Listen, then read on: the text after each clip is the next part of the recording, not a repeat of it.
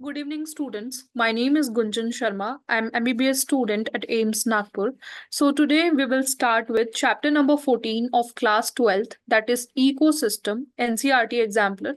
तो हमने इसकी NCERT exemplar के MCQs, short answer type of questions, very short answer type of questions कर लिए थे in last 3 sessions, and today we will start with long answer type of questions of this chapter. So students, this chapter is very important. अगर हम NEET को consider करें तो please please read this chapter very sincerely and every line of NCERT is very important. That's why NCERT exemplar में भी बहुत सारे questions इस chapter के दिए हैं, and we are done with all the questions of MCQs, very short and short. तो अभी हम आ जाते हैं long answer type of questions पे. This chapter in terms of board point of view and also NEET point of view is very important. तो आपको सारे questions करने हैं, इसके कोई भी question नहीं छोड़ना है, and ये chapter तो बिल्कुल भी नहीं छोड़ना है. Okay.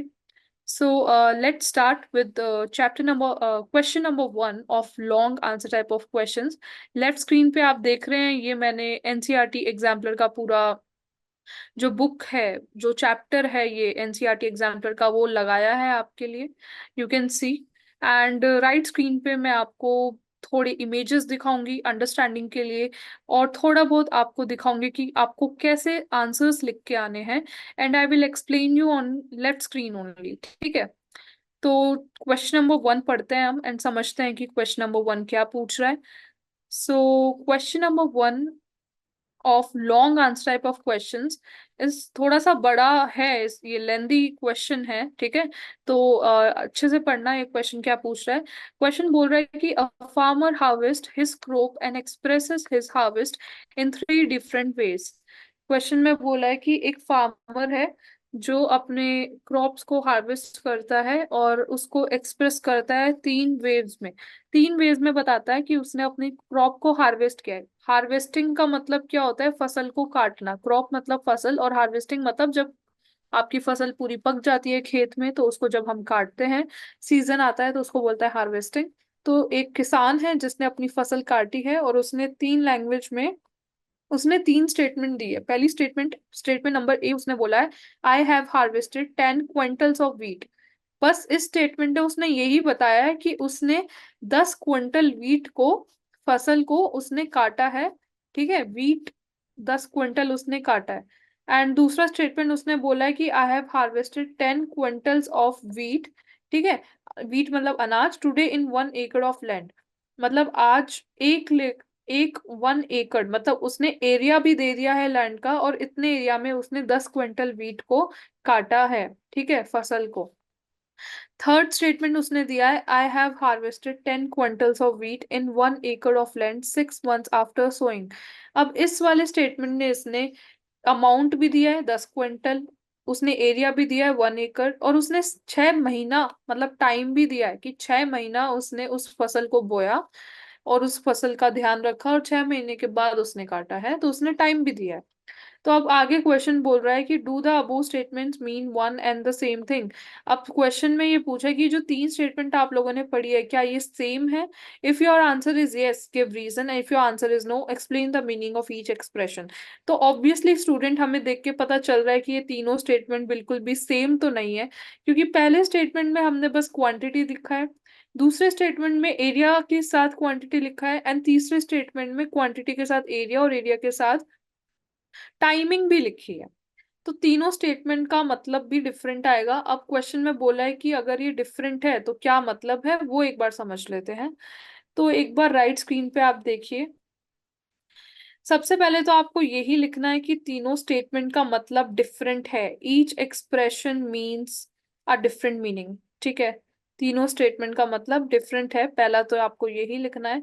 देन द स्टेट, जो ए स्टेटमेंट है उसकी बात की है यहाँ पे, स्टेटमेंट नंबर ए की बात की है.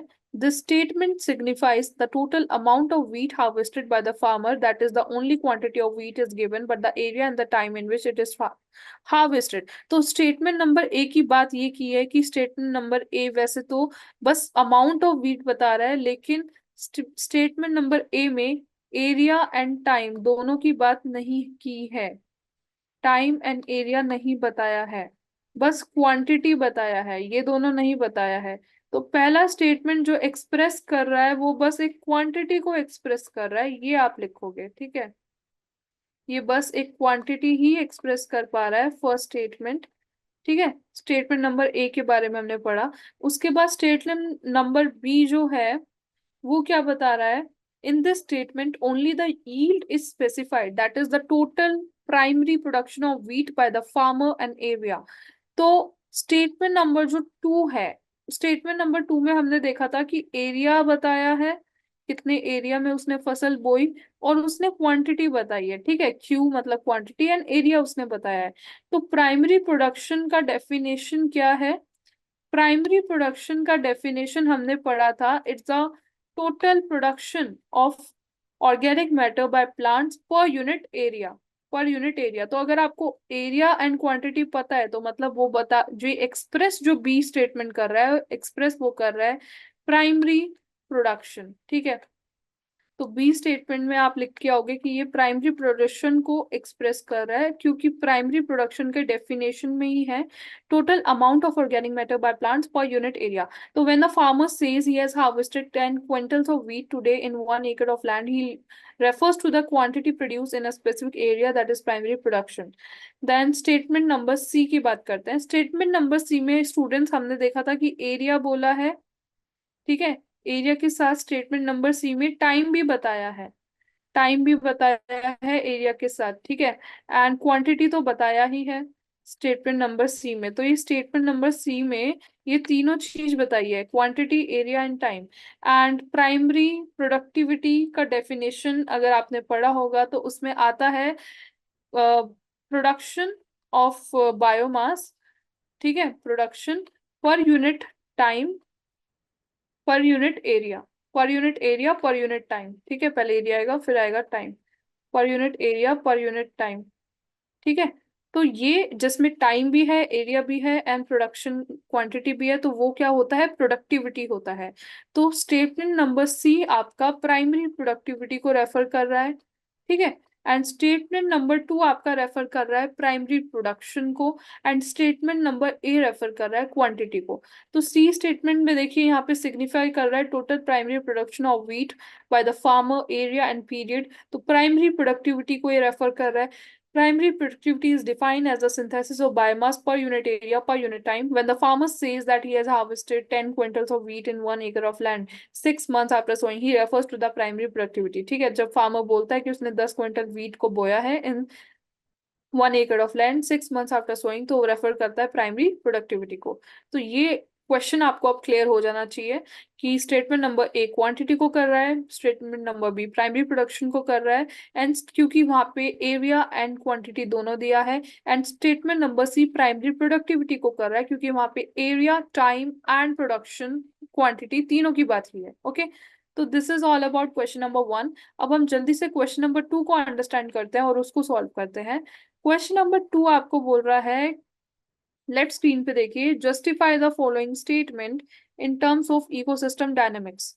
इकोसिस्टम को सोचते हुए आप इस स्टेटमेंट को जस्टिफाई करो। और स्टेटमेंट आपको क्या दिया है, let me highlight that statement for you. Statement आपको कुछ ऐसा दिया है, nature tends to increase the gross primary productivity. Nature tends to increase the gross primary productivity while the men tends to increase the net primary productivity. ठीक है, आपको statement दिया है कि जो नेचर है वो आपका ग्रॉस प्राइमरी प्रोडक्टिविटी को बढ़ाता है, और जो आपका ये है, जो आपका मैन है वो आपकी नेट प्राइमरी प्रोडक्टिविटी को बढ़ाता है, ये आपको स्टेटमेंट दिया है, ठीक है। तो दिस इज तो योर स्टेटमेंट, एंड आपको इस स्टेटमेंट को क्या करना है, स्टेटमेंट को आपको जस्टिफाई करना है इन टर्म्स ऑफ इकोसिस्टम को कंसिडर करते हुए, ठीक है। तो करते हैं इस स्टेटमेंट को हम जस्टिफाई, ठीक है। तो लेट्स सी ये स्टेटमेंट क्या बोल रहा है and we will justify this statement. तो देखिए, सबसे पहले तो यू हैव टू अंडरस्टैंड कि नेट प्राइमरी प्रोडक्टिविटी क्या होता है एंड ग्रॉस प्राइमरी प्रोडक्टिविटी क्या होता है, ठीक है। तो दिस थिंग तो you have to understand first. तो see on your left screen, जो नेट प्राइमरी प्रोडक्टिविटी होता है ना स्टूडेंट्स, वो क्या होता है, वो ग्रॉस प्राइमरी प्रोडक्टिविटी में से जब हम रेस्पिरेटरी लॉसेस ठीक है।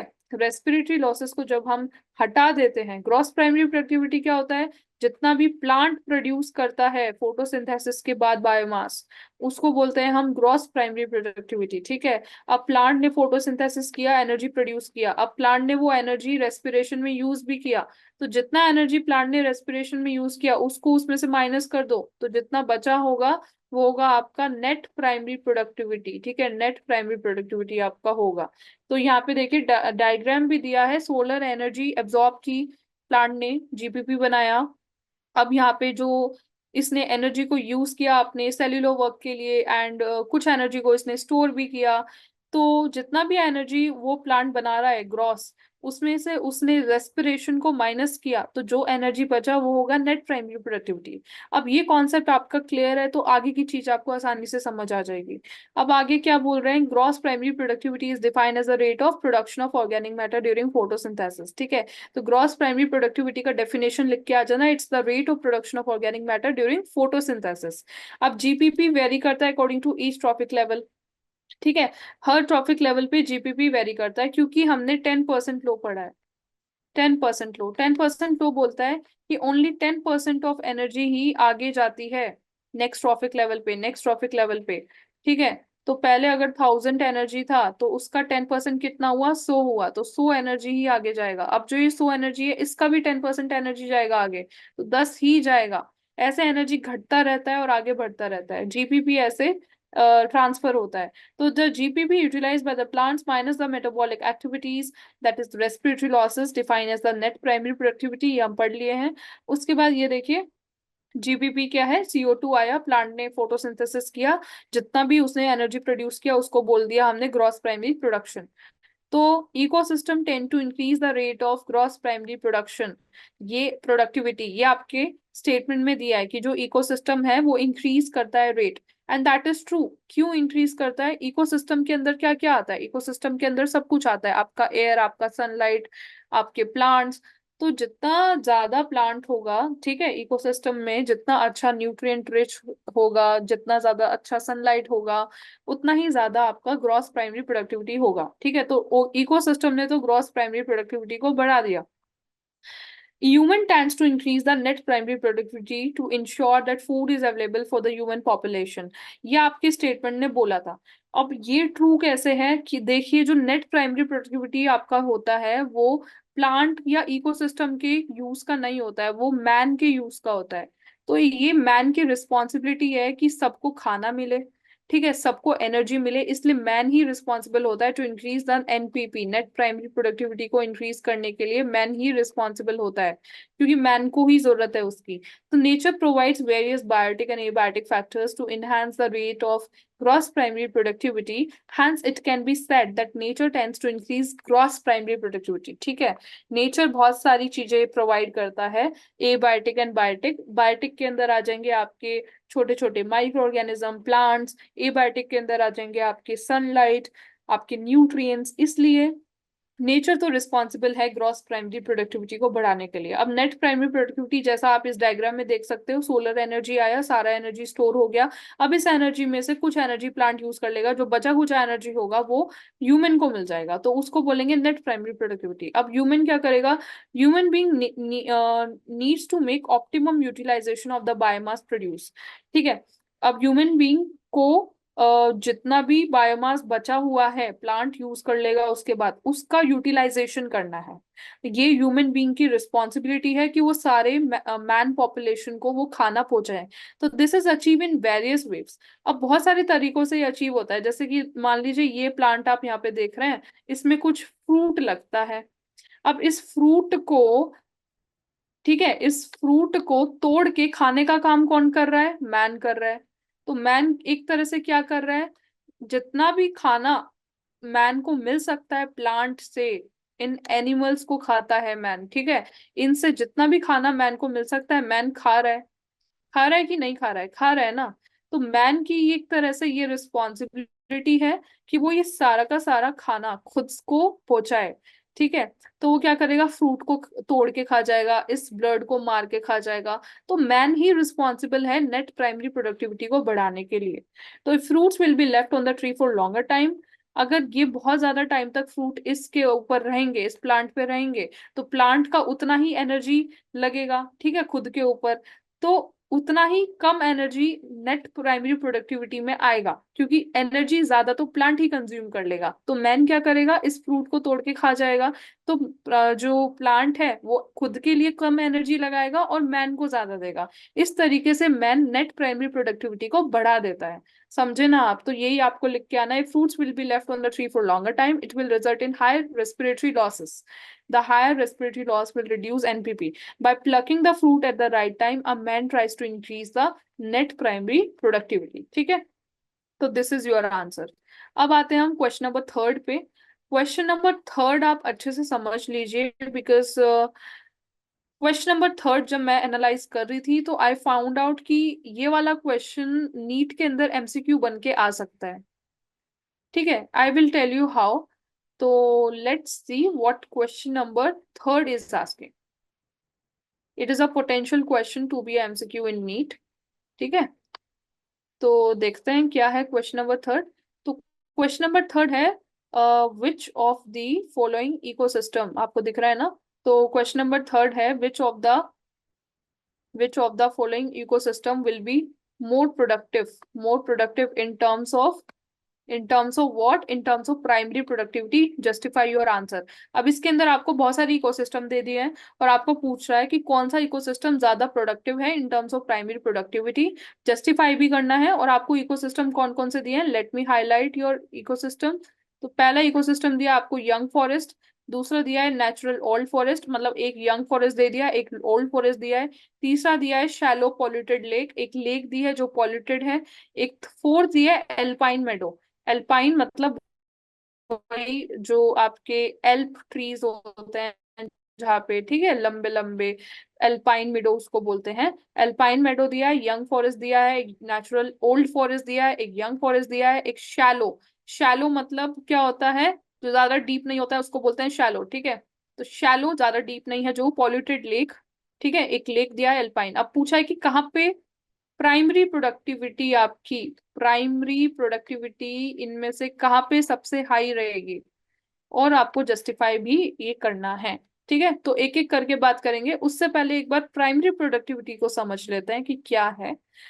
तो राइट स्क्रीन पे देखिए, प्राइमरी प्रोडक्टिविटी क्या होता है students. Primary productivity refers to the rate at which biomass is produced by organism। Primary productivity क्या है, ये एक रेट है जिसपे बायोमास प्रोड्यूस होता है bye organism that convert inorganic substrates into complex organic substances. ठीक है, तो प्राइमरी प्रोडक्टिविटी रेट है जिसपे बायोमास प्रोड्यूस होता है बाय ऑर्गेनिज्म जो कन्वर्ट करता है इनऑर्गेनिक सबस्ट्रेट को कॉम्प्लेक्स ऑर्गेनिक सब्सटेंसेस में। प्राइमरी प्रोड्यूसर्स कन्वर्ट करते हैं light energy and inorganic nutrient को इनटू ऑर्गेनिक बायोमास। तो प्राइमरी प्रोड्यूसर्स क्या होते हैं, आपके प्लांट होते हैं। ये क्या करते हैं, ये लाइट एनर्जी और इनऑर्गेनिक न्यूट्रिएंट को ऑर्गेनिक बायोमास में प्रोड्यूस करते हैं। प्लांट क्या करेगा, सनलाइट को एब्जॉर्ब करेगा, सॉइल के अंदर जो भी इनऑर्गेनिक मिनरल्स है उनको एब्जॉर्ब करेगा और फल फ्रूट बनाएगा, फसल बनाएगा। ठीक है, तो वो ऑर्गेनिक बायोमास में सब कन्वर्ट कर देता है। तो इसी को प्राइमरी प्रोडक्टिविटी बोलते हैं। It's a rate, it's what, it is rate. Rate मतलब per unit area per unit time at which biomass is produce. Biomass मतलब ऑर्गेनिक बायोमास बाय ऑर्गेनिजम्स जो कन्वर्ट करते हैं इनऑर्गेनिक सबस्ट्रेट को into complex organic substances. Inorganic आपको समझ आ गया है, ठीक है, उसको ऑर्गेनिक में कन्वर्ट करेंगे, तो that is called primary productivity. अब आपको समझ आ गया है कि प्राइमरी प्रोडक्टिविटी क्या होता है। नाउ अब एक एक करके हम देखते हैं जो भी आपको यहाँ पे दिए हैं। जैसे फर्स्ट दिया young forest versus old forest, ये आपको देखना है। Now you have to figure out कि किस में सबसे ज्यादा प्राइमरी प्रोडक्टिविटी होगा। ठीक है, तो देखते हैं। तो young forest versus old forest अगर हम देखें तो यंग फॉरेस्ट जो होगा वो अभी भी डेवलप हो रहा होगा, वहां पे ट्रीज और प्लांट्स ज्यादा होंगे नहीं। कोई यंग फॉरेस्ट होगा तो उसमें कुछ ही प्लांट्स होंगे, कुछ ही ट्रीज होंगे, क्योंकि अभी वो डेवलप हो रहा है। लेकिन अगर कोई ओल्ड फॉरेस्ट होगा तो वहां पे बहुत सारे प्लांट्स होंगे, बहुत सारे ट्रीज होंगे, बहुत सारे एनिमल्स होंगे। ठीक है, तो वहां पे नंबर ज्यादा होगा प्लांट्स का, एनिमल्स का, बायोटिक एंड एबायोटिक कंपोनेंट्स का, इकोसिस्टम ज्यादा डेंस होगा। इसलिए एक ओल्ड फॉरेस्ट के अंदर ज्यादा प्रोडक्टिविटी होगा। So, since a young forest is still developing, it may contain fewer trees compared to old forest. ठीक है, कम trees. The young forest therefore will not absorb the solar radiations as much as old forests that contain a well-established community of trees. Old forests are therefore more productivity as compared to young forest. अब हम बात करते हैं एक polluted lake की. आपको question में polluted lake भी पूछा है. तो polluted lake does not support the growth of plants, hence it has low productivity. अगर ये पॉल्यूटेड लेक यहाँ पे बोला है, इसका मतलब है कि यहाँ पे प्लांट्स की ग्रोथ अच्छे से नहीं हो रही है, क्योंकि ये पॉल्यूटेड है, इसलिए इसकी तो सबसे लीस्ट प्रोडक्टिविटी होगी. ठीक है, इसके पास प्लांट्स ही नहीं है. अब बात करते हैं अल्पाइन मेडो की. अल्पाइन मेडो के पास शॉर्ट ग्रोइंग पीरियड होता है. They do not have trees but contain simple plants. Alpine के फॉरेस्ट के अंदर क्या होता है, बड़े बड़े ट्रीज नहीं होते हैं, छोटे छोटे प्लांट्स ही होते हैं, क्योंकि टाइम ज्यादा उनको मिलता नहीं है ग्रो करने का, तो वो प्लांट्स ही बन पाते हैं. इसलिए सिंपल प्लांट की कम्युनिटी होती है, जैसे ग्रास हो जाएंगे, श्रब्स हो जाएंगे, तो उनकी प्रोडक्टिविटी एक फॉरेस्ट के कंपैरिजन में लो रहेगी.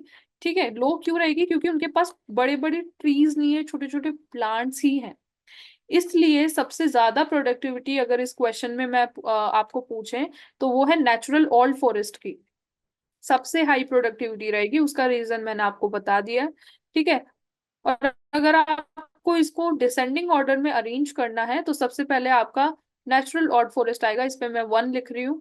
फिर आएगा आपका यंग फॉरेस्ट, इस पे मैं 2 लिख रही हूँ. फिर आएगा आपकी अल्पाइन मीडो, इस पे मैं 3 लिख रही हूँ. और लास्ट में आएगा कोई भी पॉल्यूटेड लेक, तो इसको मैं 4th लिख रही हूँ. ये लास्ट में आएगा आपके सीक्वेंस के अंदर. ठीक है, सबसे हाई रहेगा ओल्ड का. तो ये जस्टिफाई हमने कर दिया है. अब आते हैं हम अपने नेक्स्ट क्वेश्चन पे. नेक्स्ट क्वेश्चन आपको पूछ रहा है, what are the 3 types of ecological pyramids? What information is conveyed by each pyramid with regard to structure, function and energy in the ecosystem? तो 4th क्वेश्चन बोल रहा है कितने टाइप्स के 3 टाइप के क्या इकोलॉजिकल पिरामिड है. पहले तो 3 इकोलॉजिकल पिरामिड जो हैं वो क्या है, वो आपको बताना है. ठीक है, फिर आगे पूछा है कि क्या इंफॉर्मेशन, हर एक पिरामिड क्या इंफॉर्मेशन देता है आपको, हर एक पिरामिड क्या इंफॉर्मेशन देता है. In terms of what information, in terms of what information, in terms of structure. ठीक है, स्ट्रक्चर के फॉर्म में क्या स्ट्रक्चर है, क्या फंक्शन है और क्या एनर्जी है. इन 3 फॉर्म्स में हर पिरामिड आपको क्या इंफॉर्मेशन देता है, मतलब हर पिरामिड का क्या फंक्शन है, हर पिरामिड का क्या स्ट्रक्चर है और हर पिरामिड का क्या एनर्जी कंट्रीब्यूशन है इन इकोसिस्टम. तो ये आपको पिरामिड के ऊपर लिखना है. ठीक है, तो सबसे पहले तो मैं आपको बताऊंगी क्या टाइप्स हैं. तो देखिए, इकोलॉजिकल पिरामिड के जो टाइप्स हैं, वो उससे पहले आप यू हैव टू अंडरस्टैंड कि इकोलॉजिकल पिरामिड होता क्या है. तो इकोलॉजिकल पिरामिड जो है वो इज अ ग्राफिकल रिप्रेजेंटेशन, जो आप ये व्हाइट हाईलाइट में देख रहे हैं यहाँ पे second point. Ecological pyramid is a graphical representation of the relationship between the different living organisms at different trophic levels. ठीक है, तो it's a graphical representation of the relationship between different organisms at different trophic levels. Depending on the factors, there are 3 types of ecological pyramid. 3 तरह के ecological pyramid हैं factors पे depend करते हुए. कौन कौन से हैं इकोलॉजिकल पिरामिड? पहला इकोलॉजिकल पिरामिड है ये पिरामिड ऑफ नंबर्स. ठीक है, पहला टाइप ये है. अब ये क्या है, यहाँ पे देखिए the ecological pyramid of number. इसमें क्या होता है, number of organisms in each trophic level is display. इस ग्राफ के अंदर नंबर ऑफ ऑर्गेनिज्म दिखाते हैं. अब ये पहला जो ट्रॉफिक लेवल होता है वो होता है प्रोड्यूसर्स का, दूसरा होता है हर्बीवोर्स का, तीसरा होता है कार्निवोर्स का, then secondary carnivore, primary carnivore. तो first trophic level, second, third, fourth. ठीक है, अब यहाँ पे क्या होगा ना, नंबर होगा. हर ट्रॉफिक लेवल पे हम नंबर को वो करेंगे डिस्प्ले. ठीक है, हर ट्रॉफिक लेवल जो ग्राफ में रहेगा वो डिपिक्ट करेगा number of the producer present, number of the herbivore present. तो shows total number of organism available on that trophic level.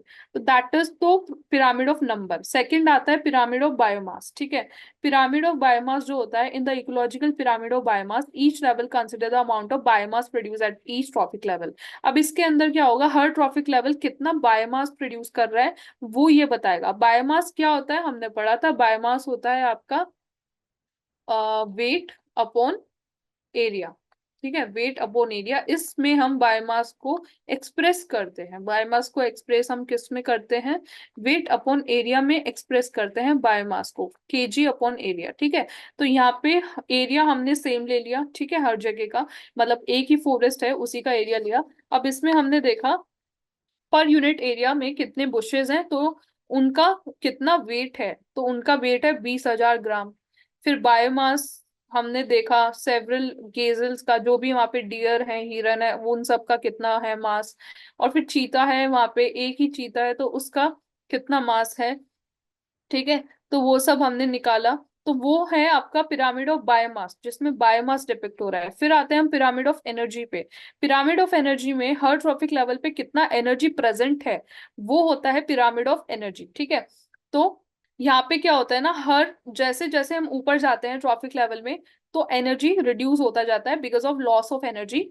ठीक है, ये हमने पढ़ा था। तो देखिए यहाँ पे एनर्जी के टर्म्स में आपको ट्रॉफिक लेवल्स दिखाए हैं। पहले ग्रास है तो 10,000 किलो कैलोरी है उसके पास, ग्रास ऊपर के पास 1,000 है। ये एनर्जी आपको हर ट्रॉफिक लेवल पे देखने को मिल रही है यहाँ पे, तो इसको बोलते हैं हम पिरामिड ऑफ एनर्जी। ठीक है, ये होता है पिरामिड ऑफ एनर्जी।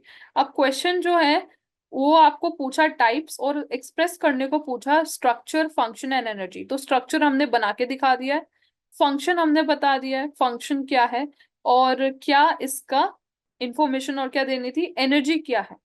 ठीक है, what information is conveyed by each pyramid with regard to structure, function and energy. तो क्या इंफॉर्मेशन हर पिरामिड दे रहा है? ये पिरामिड इंफॉर्मेशन दे रहा है कि कितना एनर्जी एक ट्रॉफिक लेवल पे प्रेजेंट है। ठीक है, इस पिरामिड का फंक्शन क्या है? इस पिरामिड का फंक्शन है कि हम अंडरस्टैंड कर पाए कि हर ट्रॉफिक लेवल पे कितना एनर्जी लॉस हो रहा है, कितना जा पा रहा है, और स्ट्रक्चर हमने बना दिया है। जो बायोमास वाला हमारा पिरामिड था उसमें भी हमें समझ आ रहा है कि हर लेवल पे कितना एनर्जी है बायोमास के हिसाब से। ठीक है, एंड नंबर वाले पे भी हमें समझ आएगा कि हर लेवल पे कितना नंबर है। अगर प्रोड्यूसर्स का नंबर ज्यादा है तो वहां पे ज्यादा एनर्जी होगा, ऊपर अगर नंबर कम है तो वहां पे कम एनर्जी होगा। तो ये एनर्जी भी डिपिक्ट हो जाएगा बाय पिरामिड ऑफ नंबर्स। तो that was about question number 4। अब आते हैं हम क्वेश्चन नंबर 5 पे। क्वेश्चन नंबर 5 है write a short note. Short note आपको लिखना है, write a short note on pyramid of number and pyramid of biomass. आपको pyramid of number and pyramid of biomass के ऊपर एक शॉर्ट नोट लिखना है, तो आपको एक्सप्लेन करना है। पहले हम पिरामिड ऑफ नंबर की बात करते हैं। पिरामिड ऑफ नंबर क्या है? An ecological pyramid constructed considering the number of organisms in each trophic level in a food chain. Pyramid of number में क्या है, हर ट्रॉपिक लेवल पे कितने नंबर हैं, ठीक है, वो आपको सिक्वेंशियल मैनर में अरेंज करना है। तो दैट इज आपका pyramid of number. Pyramid of number is ecological pyramid constructed considering the number of organisms in each trophic level in a food chain. ठीक है, pyramid can neither be upright और inverted. जो pyramid of number है आपका, वो आपका सीधा भी हो सकता है, सीधा मतलब अपराइट ऐसे ही, एंड इन्वर्टेड मतलब वो आपका ऐसा भी हो सकता है। लेफ्ट स्क्रीन पे देखिए, मैं समझा रही हूँ आपको। ठीक है, तो आपका जो 5th क्वेश्चन में पिरामिड ऑफ नंबर की बात की है, तो वो ऐसा भी हो सकता है और ऐसा भी हो सकता है। और पिरामिड ऑफ नंबर क्या होता है, इसमें हर ट्रॉपिक लेवल एक नंबर को डिनोट करता है कि कितने नंबर वहां पे उस ऑर्गेनिज्म के प्रेजेंट है। अब एग्जाम्पल देखते हैं हम, पहले अपराइट पिरामिड का एग्जाम्पल देखते हैं। अपराइट पिरामिड के एग्जाम्पल में है ग्रासलैंड का इकोसिस्टम। ग्रासलैंड के इकोसिस्टम में एक अपराइट पिरामिड बनेगा। तो पहले आएंगे आपके प्रोड्यूसर्स, प्रोड्यूसर्स में आएंगे आपके ग्रास। अब ग्रास का नंबर ऑब्वियसली ज्यादा होगा किसी भी कंज्यूमर से एक ग्रासलैंड के अंदर। फिर आएंगे आपके कंज्यूमर, जैसे उसको घास को चढ़ने वाले क्या होंगे, हिरन हो सकते हैं, ठीक है, डियर्स हो सकते हैं, उस घास को चढ़ने वाले इंसेक्ट्स हो सकते हैं। ठीक है, तो फिर आएंगे वो। तो ऐसे आपका पिरामिड ऑफ नंबर बनेगा। अब इन्वर्टेड पिरामिड का एग्जांपल भी हम देख लेते हैं। इन्वर्टेड पिरामिड के एग्जांपल में हम आएंगे ट्री इकोसिस्टम के अंदर। सबसे पहले आपका आएगा प्रोड्यूसर। अब प्रोड्यूसर के अंदर ट्री इकोसिस्टम में एक ही ट्री होगा, लेकिन उस ट्री के ऊपर बैठने वाले, उस ट्री को खाने वाले इंसेक्ट्स ट्री से ज्यादा होंगे, मोर देन वन होंगे। तो प्रोड्यूसर आपका कम है, कंज्यूमर आपका ज्यादा है, इसलिए ये बन गया है आपका inverted pyramid for pyramid of number. यहाँ पे आप देख सकते हैं pyramid of number in tree ecosystem आपका इन्वर्टेड बना है। एक ही बिग ट्री है, उस पे इंसेक्ट्स बहुत सारे हैं।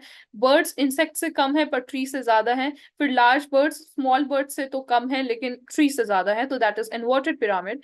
एंड एक अपराइट पिरामिड आपका आएगा ग्रासलैंड में, जिसमें प्रोड्यूसर का नंबर, ग्रास का नंबर कंज्यूमर से ज्यादा होगा।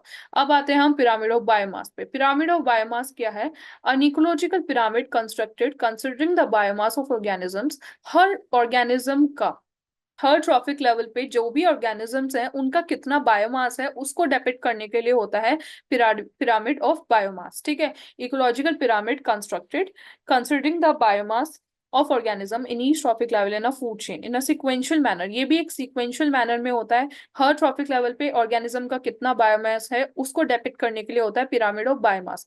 पिरामिड अपराइट और इन्वर्टेड दोनों, इसमें भी सेम केस है, इसमें भी ये अपराइट भी हो सकता है और इन्वर्टेड भी हो सकता है। ठीक है, तो अभी हम अपराइट पिरामिड के बारे में पढ़ेंगे। तो इसमें भी सेम एग्जांपल हम देंगे, इसमें भी हम ग्रासलैंड का ही एग्जांपल देंगे अपराइट के अंदर। अब अपराइट के अंदर ग्रासलैंड में क्या है? ग्रासलैंड के अंदर जो प्रोड्यूसर्स हैं वो आए हैं ग्रास। अब ग्रास क्या कर रहे हैं? ज्यादा एनर्जी, ज्यादा बायोमास प्रोड्यूस कर रहे हैं, तो वो ज्यादा बड़ा आएगा।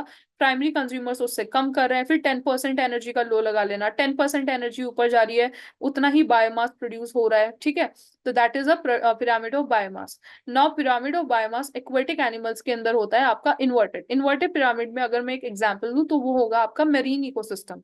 मरीन इकोसिस्टम के अंदर क्या होता है? मरीन इकोसिस्टम के अंदर जो फाइटोप्लैंक्टन्स होते हैं, जो आपके प्रोड्यूसर्स होते हैं, उनका बायोमास जू प्लैंक्टन से कम होता है। जू प्लैंक्टन का बायोमास स्मॉल फिशेस से कम होता है और स्मॉल फिशेस का बायोमास लार्ज फिशेस से कम होता है। तो ये एक इन्वर्टेड शेप का पिरामिड बनेगा आपकी मरीन इकोसिस्टम के अंदर। ठीक है, पिरामिड ऑफ बायोमास। तो I hope you are clear with question number 5। अब क्वेश्चन नंबर 6 बहुत ही बड़ा सा क्वेश्चन है, आपको राइट स्क्रीन पे मैंने लगाया है। ठीक है, राइट स्क्रीन पे आपको लगाया है, एक बड़ा सा क्वेश्चन आपको दिख रहा होगा। तो क्वेश्चन क्या बोल रहा है? Let's read. क्या क्वेश्चन बोल रहा है? तो क्वेश्चन बोल रहा है कि given below is the list of autotroph and heterotroph. नीचे आपको लिस्ट दिया है ऑटोट्रॉफ का एंड हेटेरोट्रॉफ का। ठीक है, क्या क्या ऑटोट्रॉफ एंड हेटेरोट्रॉफ दिए हैं वो आपको छांटने पड़ेंगे, खुद से आपको छांटने पड़ेंगे, खुद से डिफरेंशिएट करने पड़ेंगे। तो with your knowledge about the food chain establish various linkages between the organisms on the principle of eating and being eaten. जितना भी आपका नॉलेज है फूड चेन का, तो आपको खुद से बताना है कि कौन खाएगा और कौन खाया जाएगा, जो भी ऑटोट्रॉफ और हेटेरोट्रॉफ नीचे दिए हैं। What is this interlinkage establish known as, और ये जो इंटरलिंकेज होता है इसको क्या बोलते हैं? तो ये तो आपको पता है, इसको बोलते हैं हम फूड वेब। ठीक है, ये आंसर तो आपको इधर से ही आ गया कि ये जो इंटरलिंकेज होता है डिफरेंट फूड चेन का, उसको बोलते हैं हम फूड वेब। ये आंसर तो आपको खुद से ही पता होना चाहिए। ठीक है, that I should not explain you much. अब आगे क्या है? आगे आपको नाम दिए algae, hydrilla, grasshopper, rat, squirrel, crow, maize plant, deer, rabbit, lizard, wolf, snake. तो ये आपको पता चल रहा है एल्गी ऑटोट्रॉफ है, हाइड्रिला ऑटोट्रॉफ है, ग्रास होपर हेटेरोट्रॉफ है, रैट हेटेरोट्रॉफ है। सब आप डिफ्रेंशिएट कर सकते हैं। ठीक है, तो आप सारे एक बार ऑर्गेनिज्म पढ़ लीजिए। Peacock, phytoplankton, crustaceans, whale, tiger, lion, sparrow, duck, crane, cockroach, spider, toad, fish, leopard, elephant, goat, nymph and Spirogyra। सारे पढ़ लिए। अब देखिए food chain and food web. Food web होता है इंटरलिंकेज। पहले क्वेश्चन में बोला था कि लिस्ट दिया है, स्टैब्लिश करो लिंकेजेस। ठीक है, फूड चेन बनाओ। अब फूड चेन हम बनाएंगे तो सबसे पहले food chain and food web का आप छोटा सा देखिए। ये लॉन्ग क्वेश्चन है स्टूडेंट्स। लॉन्ग क्वेश्चन में क्या होता है ना, आपको हर चीज को ना डिफाइन करना होता है। अब इसमें पूछा नहीं है फूड चेन फूड वेब को डिफाइन करो, but since it is a long question, but आपको पीछे का एक बेसिस दिया है कि फूड चेन का नॉलेज आपको ऑलरेडी है, तो आपको फूड चेन का डेफिनेशन लिखना पड़ेगा। ठीक है, तो you have to define what is food chain. तो food chain is a linear sequence of organism through which nutrients and energy pass as one organism eats the other. ये definition आपको लिख के आना है फूड चेन का। फिर food chain का आपको एग्जाम्पल भी देना है। तो प्रोड्यूसर प्राइमरी कंज्यूमर को खाएगा, primary consumer secondary consumer, primary consumer producer को खाएगा, सेकेंडरी कंज्यूमर प्राइमरी कंज्यूमर को खाएगा, सेकेंडरी कंज्यूमर को टर्शियरी कंज्यूमर खाएगा।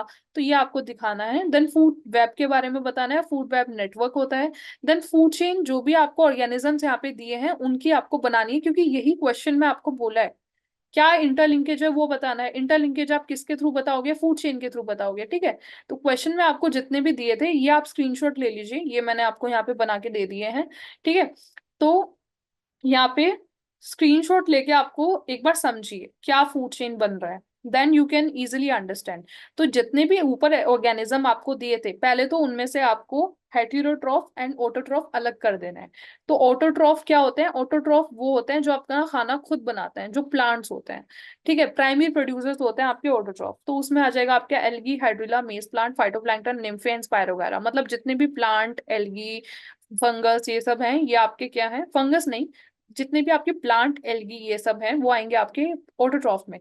और वही प्राइमरी प्रोड्यूसर्स होंगे ट्रॉफिक लेवल 1। तो ट्रॉफिक लेवल 1 पे आपके ये आ गए। बाकी इंटर रिलेशन हम देखेंगे दूसरों में। तो जितने भी ये होंगे जो प्लांट्स को खाएंगे, उनको आप रखोगे प्राइमरी कंज्यूमर ट्रॉफिक लेवल 2 पे। उस पे आ जाएंगे आपके स्पैरो, क्रो, पिकॉक, रैट, ये आप ऊपर से देख लेना, ये सब यहाँ पे दिए हुए हैं। देन सेकेंडरी कंज्यूमर होंगे जो आपके ट्रॉफिक लेवल 3 पे आएंगे, जो इन सबको खाएंगे, ये जो आपको ऊपर दिए हैं। तो उसमें आ जाएंगे आपके स्पाइडर, लिजर्ड, वुल्फ, स्नेक। ठीक है। फिर आएंगे आपके टॉप कार्निवोर्स, जो आपका लास्ट ट्रॉफिक लेवल होगा, जो सबको खा सकते हैं। ठीक है। तो ऐसे आप पूरा डिफरेंशिएट करके लिख के आना, top carnivore, secondary carnivore and primary producers. ठीक है। तो this is the interlinkage that you have to establish in the organisms which are given in the question. ठीक है। तो क्वेश्चन नंबर 6 हो गया। अब आते हैं क्वेश्चन नंबर 7 पे। See on your left screen, left screen पे आपको दिख रहा होगा क्वेश्चन नंबर 7। तो the energy flow in the ecosystem follows the second law of thermodynamics, explain. तो क्वेश्चन नंबर 7 में बोला है कि जो एनर्जी फ्लो होता है आपके इकोसिस्टम में, वो फॉलो करता है सेकंड लॉ ऑफ थर्मोडायनेमिक्स। इसी को आपको एक्सप्लेन करना है।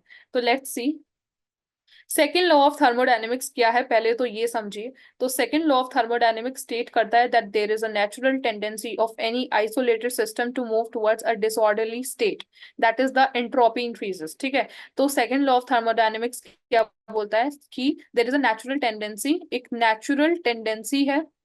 ठीक है, नेचुरल टेंडेंसी है that of any isolated system, किसी भी आइसोलेटेड सिस्टम का एक नेचुरल टेंडेंसी है to move towards a disorderly state, that is an entropy increases. ठीक है। किसी भी आइसोलेटेड सिस्टम का एक नेचुरल टेंडेंसी है to move towards what, to move towards disorderly state. Disorderly state क्या होता है? डिसऑर्डरली स्टेट होता है जिसका एनर्जी जो होता है वो स्टेबल नहीं होता है, डिसऑर्डर में होता है। मतलब एनर्जी डिफरेंस कुछ ना कुछ प्रेजेंट होता है। एनर्जी डिफरेंस, ये जो ट्राइंगल मैंने बनाई, ये एनर्जी डिफरेंस को, डिसऑर्डर को डिपिक्ट करता है। ठीक है। तो किसी भी आइसोलेटेड स्टेट का एक tendency to move towards a disorderly state, जिससे कि एंट्रोपी इंक्रीज हो, एंट्रोपी मतलब एनर्जी इंक्रीज हो, तो ये सेकंड लॉ ऑफ थर्मोडायनेमिक्स बोलता है। अब क्वेश्चन में बोला है कि एनर्जी फ्लो इकोसिस्टम के अंदर भी सेकंड लॉ ऑफ थर्मोडायनेमिक्स के हिसाब से होता है, इसको आपको जस्टिफाई करना है। तो जो लो आपका सेकंड लो है, ये क्वांटिटी के साथ कंसर्न नहीं है, ये क्वालिटी ऑफ एनर्जी के साथ कंसर्न है। ठीक है, ये आपको समझना है। तो एनर्जी फ्लो, अब हम इकोसिस्टम का एक बार देखते हैं कि कैसे होता है। तो ये डायग्राम को देखिए, एनर्जी फ्लो कैसे हो रहा है। ये आपका सनलाइट है, सनलाइट एनर्जी दे रहा है प्लांट्स को, और प्लांट्स के पास 20,000 किलो जूल का एनर्जी है। अब 20,000 में से जब रोडेंट के पास एनर्जी जाएगा, तो बस कितना जाएगा, 10% जाएगा 20,000 का, तो 2,000 जाएगा। फिर उसमें से कुछ हीट लॉस हो जाएगा, और फिर 2,000 का भी 10%, स्नेक के पास जाएगा 200 जाएगा, हॉक के पास 20 जाएगा, एंड ईगल के पास भी 10% जाएगा, which is 2 after heat losses. ठीक है। इस तरह से एनर्जी ट्रांसफर हो रहा है। अब ये देखिए, जो 10% लो है वो सेकंड लॉ ऑफ थर्मोडायनेमिक्स से ही डिराइव हुआ है। क्यों? क्योंकि in the ecosystem the producer obtain the energy from the sun, और उसको ऑर्गेनिक मैटर में चेंज करता है। अब इस एनर्जी को 10% लो के हिसाब से हम आगे तक भेजते हैं। ठीक है। तो therefore at each trophic level the entropy increases following the second law of thermodynamics. Her trophic level पे देखिए एंट्रोपी बढ़ रहा है। एंट्रोपी क्या है? एंट्रोपी है डिफरेंस ऑफ एनर्जी। ये रोडेंट और इस फ्रूट के बीच का जो डिफरेंस है उसको एंट्रोपी बोलेंगे। इस स्नेक और इस रोडेंट के बीच के डिफरेंस को एंट्रोपी बोलेंगे। और सेकंड लॉ ऑफ थर्मोडायनेमिक्स यही बोल रहा था कि हर जैसे जैसे एनर्जी ट्रांसफर होता है, वैसे वैसे एंट्रोपी बढ़ता है। एंट्रोपी मतलब डिफरेंस ऑफ एनर्जी बढ़ता है, उसको ऐसे ट्राइंगल से डिनोट करते हैं। ठीक है। तो थोड़ा सा केमिस्ट्री लिंक क्वेश्चन आ गया है ये बायो में, but it's fine, it's not very hard. I hope आपको समझ गया होगा कि एंट्रोपी बढ़ता है, यही सेकंड लॉ ऑफ थर्मोडायनेमिक्स बोलता है, और इकोसिस्टम में भी यही हो रहा है। You can see that 20,000 minus 2,000 is greater than 2,000 minus 200। समझ गए ना? That is what the question is saying. Now question number 8। Question number 8 है, what will happen to an ecosystem if all producers are remove. पहला case लेते हैं, अगर सारे producer remove हो गए तो इकोसिस्टम के साथ क्या होगा। ठीक है। तो सबसे पहले you have to understand the importance of producers. Producers क्या है, डायग्राम में देख के बताइए, प्लांट्स। ठीक है, नीचे जो फर्स्ट लेवल है that is plant, that is producers. अगर प्लांट्स को हटा दिया जाए तो क्या होगा, कुछ नहीं होगा। आगे जितना भी एनर्जी ट्रांसफर हो रहा है, एनर्जी जितना भी आगे ट्रांसफर हो रहा है वो सब रुक जाएगा, क्योंकि एनर्जी जो है वो क्या है ना, पहले इनऑर्गेनिक मटेरियल जो था उसको ऑर्गेनिक मटेरियल में चेंज करना पड़ा, क्योंकि ऑर्गेनिक मटेरियल ही एनिमल कंज्यूम कर सकते हैं। ठीक है, अब प्लांट्स है वही काम करता है, इनऑर्गेनिक को ऑर्गेनिक में चेंज करने का प्लांट काम करता है। अब जब प्लांट ही नहीं रहेगा, प्लांट ही नहीं रहेगा तो ये इनऑर्गेनिक ऑर्गेनिक में चेंज नहीं हो पाएगा, नहीं हो पाएगा ना। तो अगर इंपॉर्टेंस ऑफ प्रोड्यूसर्स यही है, जितना भी फूड चेन है वो प्रोड्यूसर से शुरू होता है। अगर प्रोड्यूसर खत्म हो गया, कोई फूड चेन नहीं बचेगा, कोई नहीं बचेगा, एवरीवन विल डाई। तो इम्पैक्ट क्या होगा, if the producers are remove the herbivore population will decline. कुछ फूड नहीं रहेगा, सॉइल फर्टिलिटी लॉस हो जाएगी, एंड हर्बीवोर मर जाएंगे तो कार्निवोर भी मर जाएंगे, तो सारा पॉपुलेशन मर जाएगा। The productivity of the ecosystem reduce हो जाएगा, हैबिटेट बिकम एरिड। ये सब तो लास्ट में होगा, पर इमीडिएटली क्या होगा, जैसे ही प्रोड्यूसर को हटाएंगे इमीडिएटली क्या होगा, इमीडिएटली हर्बीवोर का पॉपुलेशन डिक्लाइन कर जाएगा। ठीक है, प्रोडक्टिविटी इकोसिस्टम की कंसिडरेबली डिक्लाइन कर जाएगी, एंड हैबिटेट जो है वो एरिड हो जाएगा एंड डेजर्ट बन जाएगा। अब कंज्यूमर्स पे आते हैं। सेकंड स्टेटमेंट दिया है, अगर मान लीजिए हर्बीवोर को एलिमिनेट कर दिया तो क्या होगा। अगर मान लीजिए हर्बीवोर को एलिमिनेट किया तो क्या होगा। सबसे पहले तो कंज्यूमर्स का इंपॉर्टेंस समझिए। कंज्यूमर का इंपॉर्टेंस प्लांट की पॉपुलेशन को कंट्रोल में रखने का है। अगर कंज्यूमर्स को हटा दिया तो प्लांट का पॉपुलेशन बहुत ज्यादा हो जाएगा। ठीक है, जो कि खराब है, एक्स मतलब किसी भी चीज का ज्यादा होना भी खराब है इकोसिस्टम के लिए, और कम होना भी खराब है।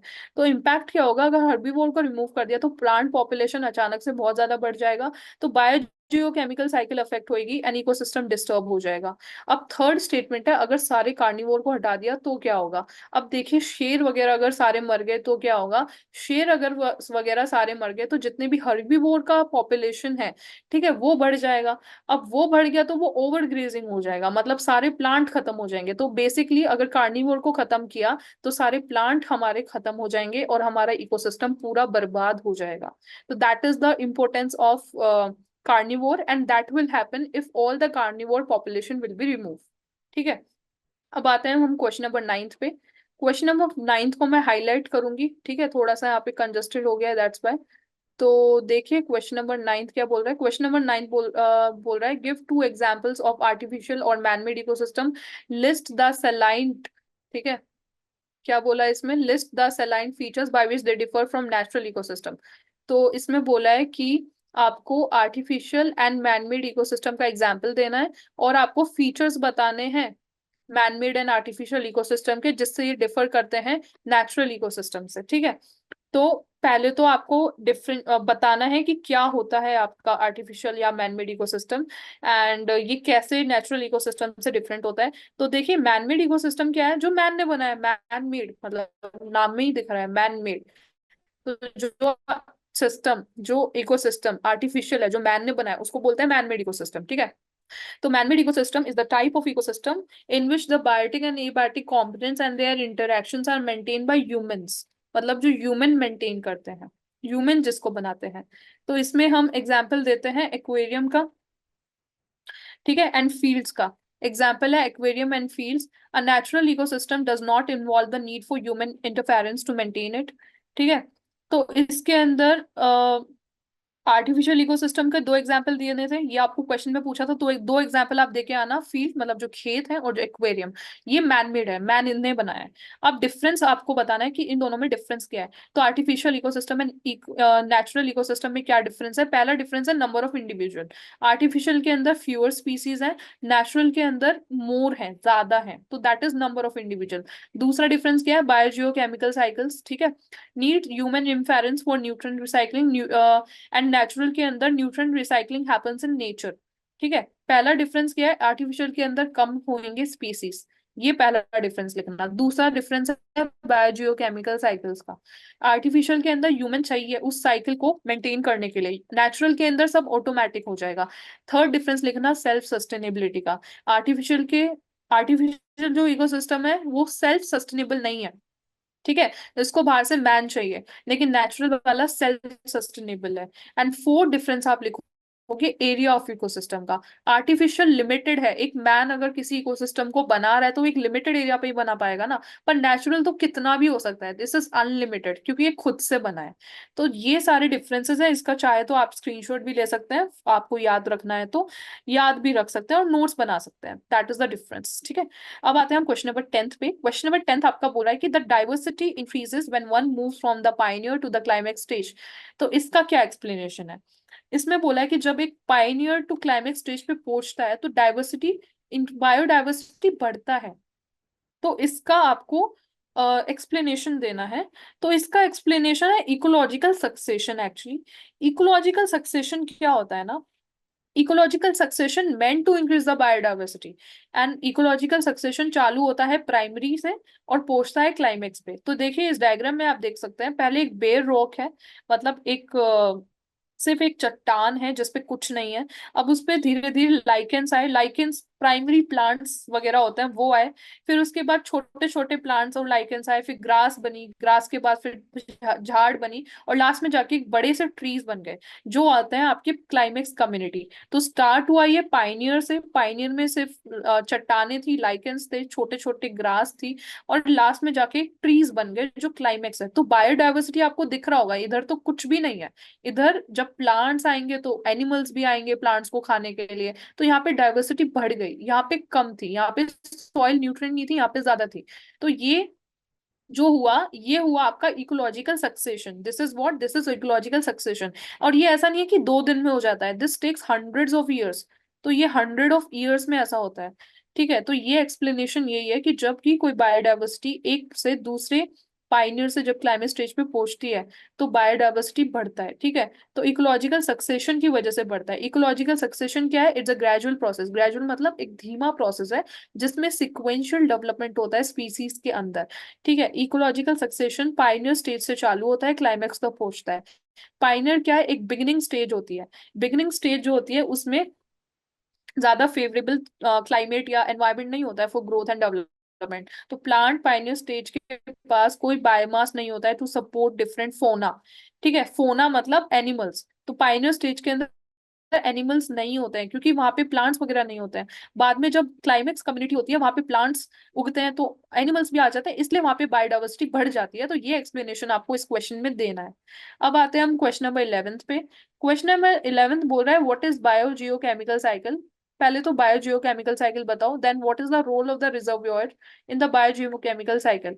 और बायोजियोकेमिकल साइकिल के अंदर जो रिजर्वॉयर होता है उसका क्या रोल होता है, एग्जाम्पल दो आप एक सेडिमेंट्री साइकिल का with reservoir located in earth crust. ये आपको क्वेश्चन नंबर 11th में बोला है। तो पहले तो एक्सप्लेन करो कि बायोजियोकेमिकल साइकिल क्या होता है। अब एक डायग्राम आप देख सकते हैं बायोजियोकेमिकल साइकिल के लिए यहाँ पे लगा है। अब इसके अंदर आप देख सकते हैं बायो का मतलब होता है, बायो मतलब लिविंग थिंग्स, बायोलॉजिकल थिंग्स। जियो का मतलब है जियोलॉजिकल, जियोलॉजिकल मतलब non living things, and chemical तो केमिकल ही होता है। ठीक है, तो जब इन तीनों चीज की एक साइकिल बनती है तो इसमें तीनों एलिमेंट्स होते हैं, biological, geological and chemical. Biological elements क्या रहेंगे, जैसे आप देख सकते हो यहाँ पे एक एनिमल है, ठीक है, यहाँ पे फंगस है, ये सब है आपके बायोलॉजिकल, यहाँ पे प्लांट है, these are all the living things. अब जियोलॉजिकल के अंदर क्या आएंगे, नॉन लिविंग थिंग्स आएंगे, जैसे आपका सनलाइट आएगा, जैसे आपका सॉइल आएगा, ये सब जियोलॉजिकल है। आपका जो भी एरिया है वो आएगा। केमिकल के अंदर आएंगे आपके केमिकल, केमिकल जैसे CO2। ठीक है, जो भी आपके न्यूट्रिएंट्स हैं आपके जमीन के अंदर वो सब आएंगे केमिकल, जैसे फोस्फोरस, नाइट्रोजन, ये सब केमिकल होते हैं, फोस्फोरस, नाइट्रोजन, कार्बन। तो ये तीनों एलिमेंट जब मिलेंगे तो आपका बनेगा बायोजियोकेमिकल साइकिल। अब बायोजियोकेमिकल साइकिल को मैंने डिफाइन कर दिया, तो आप ये लिखना is a cyclic movement of the nutrients. अब ये जो साइकिल बना है ये किसके लिए बना है, इससे न्यूट्रिएंट मूव हो रहा है। तो it's a cyclic movement of the nutrient through the various components of the ecosystem. ठीक है, एंड रिजर्वॉयर क्या है इसमें, reservoir stores the nutrients and releases it to the cycling pool. Reservoir जो होता है वो न्यूट्रिएंट को स्टोर करता है और इसको साइक्लिंग पूल में रिलीज कर देता है। It balance the rate of influx and efflux of the nutrients. जो रिजर्वॉयर होता है वो बैलेंस करता है rate of influx and efflux of the nutrients, ठीक है। जो भी रिजर्वियर होता है वो बैलेंस करता है इनफ्लक्स एंड इफ्लक्स को। रिजर्वियर क्या होता है, ये स्टोरेज होता है। स्टोरेज किस चीज का होगा, न्यूट्रिएंट्स का होगा। तो ये होता है रोल ऑफ रिजर्वियर कि वो स्टोर करता है न्यूट्रिएंट्स को। अब आपको क्वेश्चन में बोला है कि सेडिमेंट्री साइकिल का एग्जांपल दो जिसके अंदर रिजर्वियर अर्थ क्रस्ट के अंदर होता है। तो एग्जाम्पल मैं दूंगी फोस्फोरस साइकिल का। सेडिमेंट्री साइकिल का रिजर्वियर पूल होता है लिथोस्फीयर के अंदर। लिथोस्फीयर मतलब अर्थ क्रस्ट के अंदर, ठीक है। तो मैं एग्जाम्पल दूंगी एक फोस्फोरस साइकिल का। आप यहाँ पे देख सकते हैं फोस्फोरस साइकिल कैसी होती है। फोस्फोरस आपकी सॉइल के अंदर है, ठीक है। फोस्फोरस आपकी जो रॉक है, जो आपकी चट्टाने हैं, जब वो टूट रही है तो वहां से निकल रहा है। फोस्फोरस आपकी गाय के अंदर भी है, जब वो घास को खा रही है तो उसके अंदर फोस्फोरस जा रहा है। प्रोड्यूसर जो प्लांट्स हैं वो फोस्फोरस को कंज्यूम कर रहे हैं अपने रूट के द्वारा, ठीक है। और जो भी नीचे चट्टानों के नीचे आपके अर्थ के अंदर जो आपके फोस्फोरस है उसको सॉल्युबल करने के लिए वहां पे बैक्टीरिया बैठे हैं, ठीक है। तो ये सब जमीन के अंदर फोस्फोरस है। और ये जो फोस्फोरस है ये आपके एयर के अंदर स्टोर नहीं हो रहा है, हवा के अंदर स्टोर नहीं हो रहा है। ये आपके जमीन के अंदर बैक्टीरियाज जो हैं वो हेल्प कर रहे हैं इसको स्टोर करने में, ठीक है। तो bacteria in in the earth crust के अंदर is the reservoir for the phosphorus. And this cycle is the example of the sedimentary cycle जिसके अंदर रिजर्वियर पूल आपके लिथोस्फीयर के अंदर होता है, मतलब अर्थ के अंदर होता है, अर्थ क्रस्ट के अंदर। तो इसके अंदर रॉक्स होते हैं, रिजर्वोयर पूल। एंड फोस्फोरस को ऐड करते हैं। फोस्फोरस यूज होता है as phosphate with the plants. Plants take up the phosphate, ठीक है, and convert it to the organic compound. फिर उसको कंज्यूमर कंज्यूम कर लेते हैं, फिर उनका एक्सक्रीशन होता है या फिर वो मर जाते हैं तो वो दोबारा सॉइल के अंदर चले जाते हैं। तो इन दी एंड फोस्फोरस आपके इस सॉइल के अंदर ही जा रहा है, ठीक है। तो रिजर्वियर इज सॉइल। अब आते हैं हम लास्ट क्वेश्चन पे, the last awaited question of this chapter. ये क्वेश्चन बोल रहा है, ये क्वेश्चन थोड़ा सा कॉम्प्लेक्स है, इसको ध्यान से समझना। लास्ट क्वेश्चन समझ के जल्दी जल्दी में मत कर लेना। ये क्वेश्चन है, what will be the P/R ratio of a climax community and a Pioneer community. इस क्वेश्चन में बोला है कि P/R रेशियो क्या होता है क्लाइमेक्स कम्युनिटी का एंड पायनियर कम्युनिटी का। What explanation could you offer for the changes seen in the PR community of a Pioneer community and climax community. पहले तो आप बताइए कि PR रेशियो क्या होता है। तो देखिए स्टूडेंट्स, PR रेशियो कुछ भी नहीं है। PR रेशियो आपका है प्रोडक्शन एंड रेस्पिरेशन रेशियो। ये प्रोडक्शन मतलब कितना प्रोड्यूस हो रहा है, रेस्पिरेशन मतलब कितना लॉस हो रहा है, ठीक है। रेस्पिरेशन एंड प्रोडक्शन का जो रेशियो है उसको बोलते हैं PR ratio. And PR ratio आपको पूछा है कि क्लाइमेक्स एंड पायनियर कम्युनिटी का कितना होता है, ठीक है। तो PR रेशियो पहले तो डिफाइन करते हैं, refers to the growth productivity to respiration ratio of the total community of the species. अगर PR रेशियो 1 हो गया मतलब स्टेडी कम्युनिटी है, मतलब एक स्टेबल कम्युनिटी है। अगर PR रेशियो मोर देन 1 हुआ तो मतलब ऑर्गेनिक मैटर ज्यादा इकट्ठा हो रहा है, ठीक है। तो PR रेशियो जब हम पाइनियर की बात करेंगे, पाइनियर कम्युनिटी की, तो पाइनियर कम्युनिटी के अंदर जो फर्स्ट स्टेज होता है इकोलॉजिकल सक्सेशन का, उसमें होते हैं स्पीसीज जो फर्स्ट कॉलोनाइजर्स होते हैं। उसमें बेयर रोग होता है, ज्यादा न्यूट्रिएंट नहीं होता है, ठीक है। एंड इसलिए वहां पे जो PR वैल्यू होता है वो मोर देन 1 होता है, क्योंकि वहां पे कोई कंज्यूम नहीं कर रहा है तो ऑर्गेनिक मैटर इकट्ठा होता चला जाता है। लेकिन क्लाइमेक्स कम्युनिटी के अंदर कंज्यूमर्स आ जाते हैं और वो एक स्टेबल कम्युनिटी होती है। और जैसा कि मैंने बताया स्टेडी कम्युनिटी का PR रेशियो होता है 1। तो इसलिए PR ratio for the climax community is 1। अब आते हैं reason for the differences in PR ratio. अब PR रेशियो में जो डिफरेंसेस होते हैं उनके क्या रीजन है वो देखिए। When a colony needs to be establish more organic, जब एक कॉलोनी को स्टैब्लिश करना होता है तो more organic matter has to be accumulated. During this stage the number of species is less, therefore the respiratory losses are less and the gross productivity is more. जब भी एक कॉलोनी को हम स्टेबल करना चाहते हैं तो मोर ऑर्गेनिक मैटर होना चाहिए, ठीक है। मोर ऑर्गेनिक मैटर होना चाहिए। तो इस स्टेज के अंदर नंबर ऑफ स्पीसीज कम होंगे, इसलिए रेस्पिरेटरी लॉसेस भी कम होंगे एंड ग्रॉस प्रोडक्टिविटी ज्यादा होगी। लेकिन क्लाइमेक्स कम्युनिटी के अंदर बहुत सारे ऑर्गेनिजम्स आ जाते हैं तो ऑर्गेनिक मैटर को कंजम्पशन हो जाता है। जब ऑर्गेनिक मैटर का कंजम्पशन हो जाता है तो वहां पे क्या होता है, difference in the PR ratio is due to the increase in the species composition from pioneer to the climax stage, ठीक है।